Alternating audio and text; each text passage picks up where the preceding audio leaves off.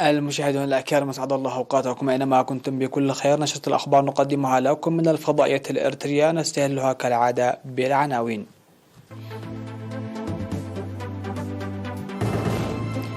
السفير عيسى يسلم رسالة من فخامة الرئيس أفورق إلى المجلس الانتقالي السيادي السوداني.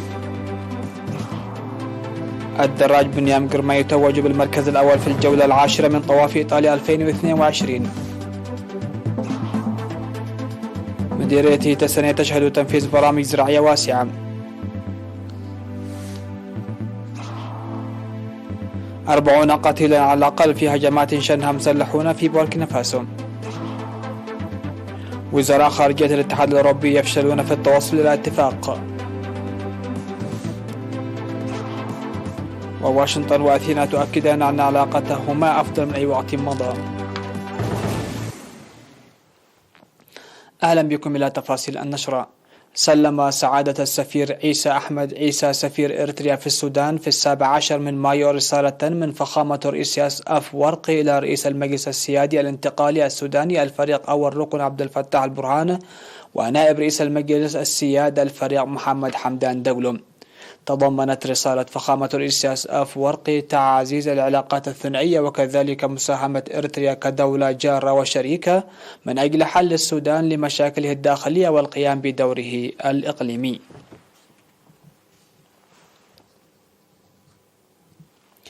توج الدراج الإريتري بنيام قرماي دراج فريق انتر مارش البلجيكي بالمركز الأول في الجولة العاشرة من طواف إيطاليا 2022، وتحقيقه هذا الإنجاز كأول دراج أفريقي صنع تاريخا شامخا. وقد حقق الدراج بنيام هذا الإنجاز بقطعه مسافة السباق الممتدة إلى 196 كيلومترا في غضون 4 ساعات و32 دقيقة و7 ثواني. وتفوق الدراج بنيام قرماي على الدراج الهولندي دراج فريق البسين فينيكس المتخصص في هذا المجال عندما تبقى 300 مترا من السباق بطريقة رائعة واحترافية. وبهذا الإبداع الذي أبهر به عشاق اللعبة نال إعجاب واستحسان المحللين الرياضيين. وقد حقق الدراج بنيام قرماي في طواف إيطاليا الخامس بعد 100 المنتظم في الفترة من 6 وحتى 29 من مايو. حقق المركز الثاني في الجولة الأولى والمركز الرابع في الجولة الثالثة، وفي الجولات الخامسة والسادسة والثامنة حقق المركز الخامس. كما أحرز في سباق هذا اليوم الدراج الإريتري مرهاوي قدوس دراج فريق EF Education المركز 60، بينما نال الدراج نتنائيل تسفاسين دراج فريق درون هوبر أندروني جو كاتالي المركز 72. أفاد مسؤول التنمية الاقتصادية في مديرية تسني السيد إدريس أحمد تنفيذ برامج زراعية واسعة في سنوات الاستقلال لرفع الإنتاج كما ونوعا. وأوضح إرساء بنية تحتية هامة لتغيير الزراعة التقليدية بالحديثة اشتملت على بناء السدود والحفائر وتنظيف البذور ومصنع بناتوم ومخزن لابارد للمنتجات الزراعية وإعداد العلف الحيواني وحفظ وتبريد الألبان. وقال إن الزراعة المروية التي لم تتعدى 300 هكتار قبل الاستقلال وصلت حاليا لأكثر من 2000 هكتار بمنتجات الخضروات والفواكه.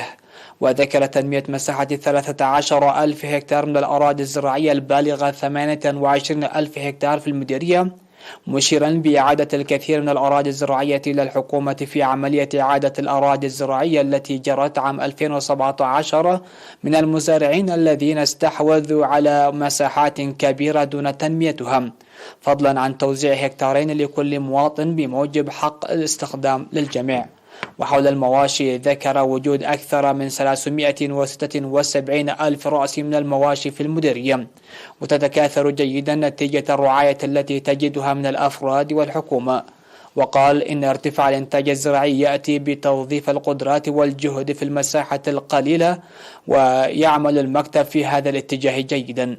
من جانبه أوضح خبير حماية التربة والمياه في مكتب الزراعة في مديرية تسني المهندس نجاسي يعبي بناء الكثير من المدرجات والحواجز المائية، وذلك لحماية التربة وحفظ المياه والقيام ببرامج التشجير.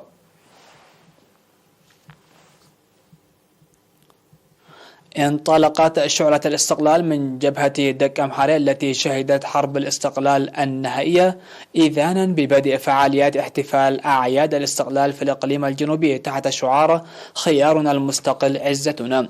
وانطلقت شعلة الاستقلال التي ستزور 5 مديريات يوم 16 من مايو بموكب للطلاب وقوات الدفاع والسكان أفلبا. وقال مديرية دك أمحارة السيد يماني أبرا لدى وصول شعلة الاستقلال المدينة وإشعالها الشعلة الكبيرة المقامة وسط المدينة، قال إن شعلة الاستقلال تعبر عن صمودنا وتصدينا وتضحياتنا الغالية.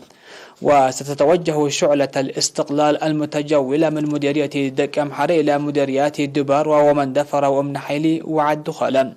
يذكر أن شعلة الاستقلال على مستوى البلاد بدأت عام 2016.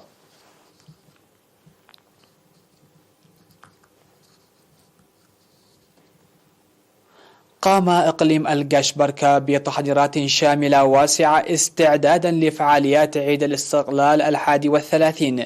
وأوضح المدير العام لقسم الثقافة والرياضة في الإقليم السيد إدريس صالح أن الاستعدادات بدأت منذ شهر أبريل الماضي بمناشط ثقافية وفنية تعكس التنوع. وأشار السيد إدريس إلى تنظيم الاحتفال الرسمي على مستوى الإقليم في 22 من مايو في مدينة بارنتو حاضرة الإقليم، وحفلات شعبية في 216 ضاحية ب16 مديرية، وفعاليات تراثية وثقافية تنظم من 17 حتى 24 من مايو الأغر. من جهة أخرى نظم نفير في مدينة بارنتو تركز حول رعاية الأشجار والنظافة بمناسبة اليوم الوطني للتشجير. وأوضح ممثل سلطة الغابات والحياة البرية السيد تخسي كفل مريم أن النفير هدف تطوير ثقافة التشجير لدى المواطنين وتنمية محيطهم. وأكد المشاركون على أهمية العمل الذي يقومون به لتنمية الغطاء النباتي. أعلنت وزارة الصحة بأن الفحوصات المخبرية التي أجريت اليوم في الإقليم الأوسط قد أظهرت إصابة 6 مواطنين بفيروس كورونا. 3 من المصابين من الإقليم الأوسط وهم من وسط المدينة وأخرية وميتمناي، ومصابون قادمون من كرن بإقليم عنسبة وتسني بإقليم القشبركة ودباروا بالإقليم الجنوبي. وبهذا بلغ عدد المصابين بفيروس كورونا في البلاد حتى الآن 9751، شفي منهم 9633 وتوفي 103 مريضا، فيما يتلقى 15 مصابا الرعاية في المستشفيات. وزارة الصحة 17 من مايو 2022.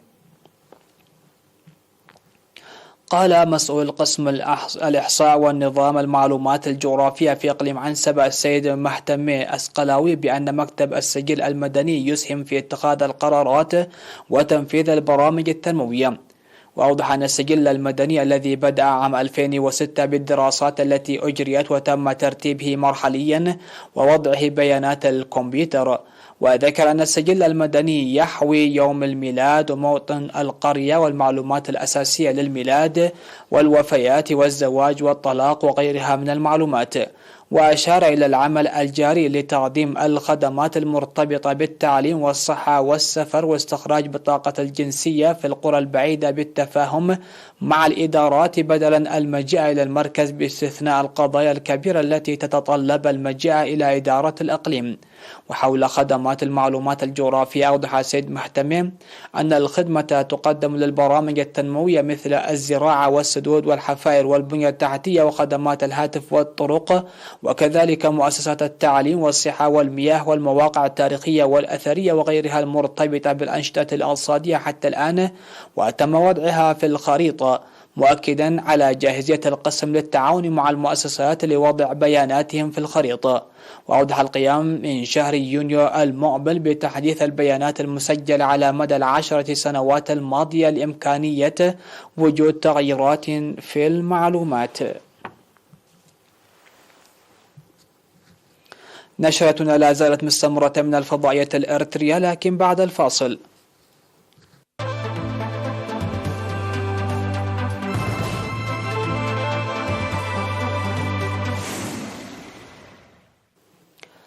أهلا بكم. على الصعيد العالمي قتل حوالي 40 من المتطوعين الأمنيين والمدنيين في شمال وشرق بوركينا فاسو في 3 هجمات منفصلة نفذها مسلحون يشتبه بأنهم جهاديون حسب ما ذكرت مصادر أمنية ومحلية.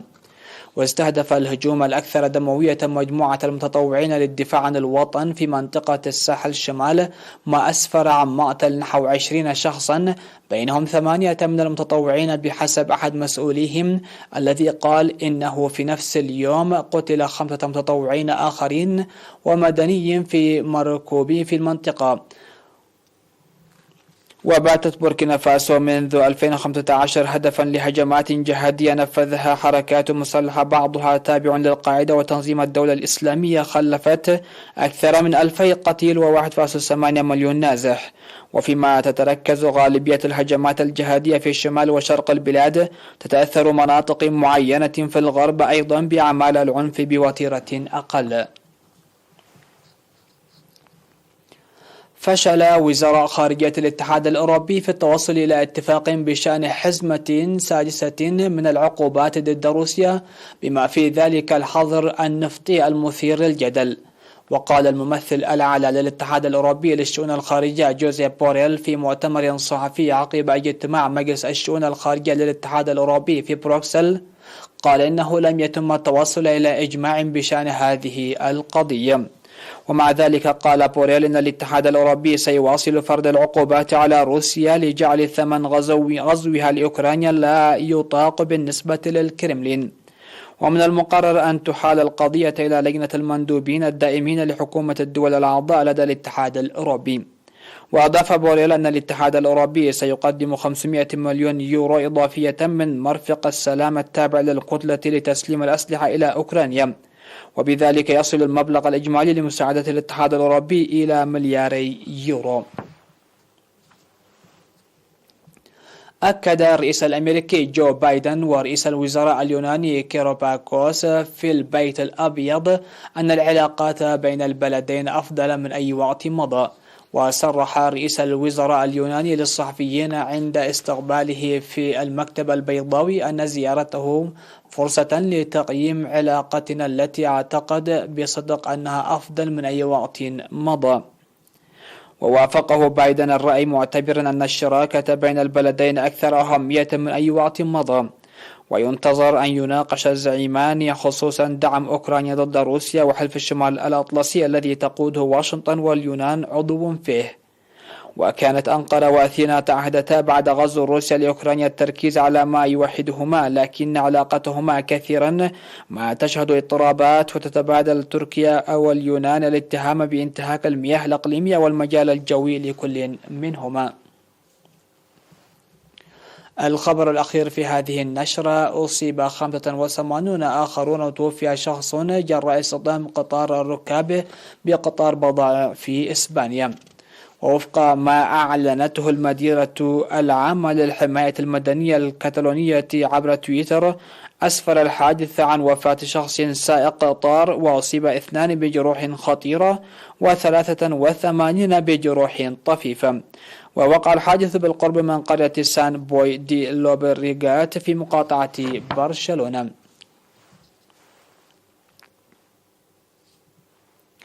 ختام النشرة نذكر بأهم ما جاء فيها. السفير عيسى يسلم رسالة فخامة السياسة أفورقي إلى رئيس المجلس الانتقال السوداني. الدراج بنيام قرماي يتوج بالمركز الأول في الجولة 10 من طواف إيطاليا 2022. مديرية تسنية تشهد تنفيذ برامج زراعية واسعة.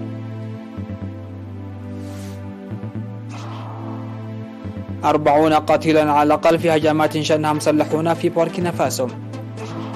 وزراء خارجية الاتحاد الأوروبي يفشلون في التوصل إلى اتفاق.